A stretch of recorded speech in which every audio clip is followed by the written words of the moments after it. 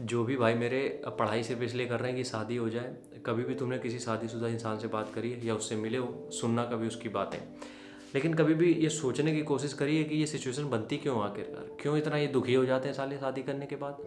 अब हम बताते हैं उसके पीछे रीज़न क्या है। अपने पास एक्सपीरियंस तो नहीं है, लेकिन देखते हैं तो हमें ऑब्जर्व करने का बड़ा मज़ा आता है कि लोगों के साथ क्या हो रहा है, ठीक है। तो वो चीज़ें हम तुम्हें समझाते हैं। देखो, शादी के बाद होती दिक्कतें यार ये हैं कि सबसे पहली बात ये होती है कि अगर तुम खुद की आज इज्जत नहीं कर रहे हो तो शादी के बाद यकीन मानो तुम्हारी चीज़ें सही चलने वाली हैं नहीं।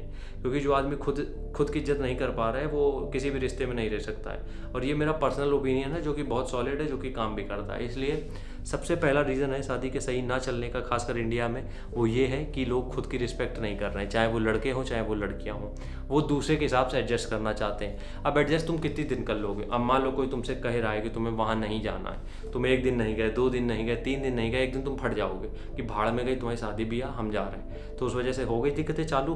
दूसरी चीज़ क्या होता है कि हम लोग बात नहीं करते हैं। अब लोगों को लगता है क्या है, हम बताते हैं तो बुरा मान जाते हो भैया, लेकिन ये बात सच है। आजकल के अक्सर अधिकतर जो शादियाँ हो रही हैं वो सिर्फ होती हैं सेक्स के लिए। और सेक्स का एक अमूमन एक रेशियो जो होता है कि अगर तुम किसी इंसान के साथ हो 6 महीने अगर लगातार कर भी रहे हो, 6 महीने बहुत बता दिया, 3 महीने उसके बाद मन भी नहीं होगा उस इंसान के साथ करने का। अगर तुम डेली साथ में रहते हो 3 महीने में तुम्हारा कोटा फुल। अब इस चक्कर में क्या होता है कि 3 महीने बाद होते हैं पंगे शुरू। तभी तुमने देखा जब शादी नई नहीं होती तब कुछ लड़ाई नहीं होती। 6 महीना इतना भरपूर धुआंधार प्यार होता है, मतलब पूरे इलाके में घूमाते हैं, ट्रिप चल रही भयंकर भयंकर।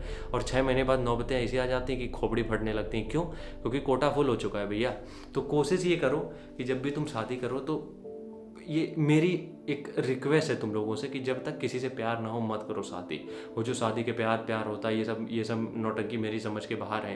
लेकिन अगर तुम्हें कोई समझ में आ रहा है कि तुम उसके साथ रह सकते हो तभी करना। सिर्फ इसलिए कि डेली बेसिस पे कुछ चीज़ें हो जाएंगी रात में, तो वो उस बेसिस पे अगर शादी कर रहे हो 6 महीने बाद खोपड़ी फूटेगी, या तुम्हारी या उसकी। तो इस वजह से रिश्ते नहीं टिक रहे हैं। 90% रीज़न यही है, क्योंकि सबको बस यही लग रहा है। तभी ये जो अपने यहाँ इंडिया में फर्स्ट नाइट का कॉन्सेप्ट है ये कितना गंदा है। मतलब अब हम बोल नहीं सकते क्योंकि पढ़ाई का चैनल है, वरना हम डिटेल में बताते फिर क्या ये नौटंकी है भाई। अगर किसी को किसी के साथ में रहना ज़िंदगी भर, जब भी मन करेगा तब करेगा। ये क्या मतलब है कि यार शादी हो गई तो आज ही करना है सब कुछ, मतलब बिल्कुल टारगेट बना के रखा है कि आ जाओ और हम हमला कर दें। ये हमें बहुत बहुत ही घटिया चीज़ लगती है, लेकिन हम बोल नहीं सकते क्योंकि ये पढ़ाई का चैनल है, वरना हम डिटेल में फिर समझाते किसी दिन। तो इस वजह से शादियाँ आजकल बहुत बर्बाद हो रही हैं। तो हम ये चाहते हैं तुम लोग सबसे पहले अपने करियर पे ध्यान दो। शादी को लेके करियर बीच में मत लाओ, ठीक है। शादी को लेके करियर बीच में मतलब नहीं, करियर को लेके शादी को बीच में मत लाओ। शादी जब होनी होगी हो जाएगी, नहीं होनी होगी तो मरोगे नहीं, ज़िंदगी बेहतरीन चलती रहेगी। लेकिन अगर तुम्हारा करियर नहीं बना, पैसा नहीं कमाया हो और शादी भी कर ली हो, तब तो और तुम जहन्नुम पहुंच जाओगे। और शादी तब तक ना करना जब तक तुम कुछ कमाने ना लगो, ये मेरी पर्सनल एडवाइस है। वरना तब तो तुम 100% हर दूसरे दिन पटके जाओगे और तुम जिल्लत भरी ज़िंदगी जियोगे जितने दिन भी जियोगे। इस वजह से जब तक नौकरी ना लग जाए तब तक तो शादी करनी ही नहीं है, ठीक है। राम राम, जय हिंद।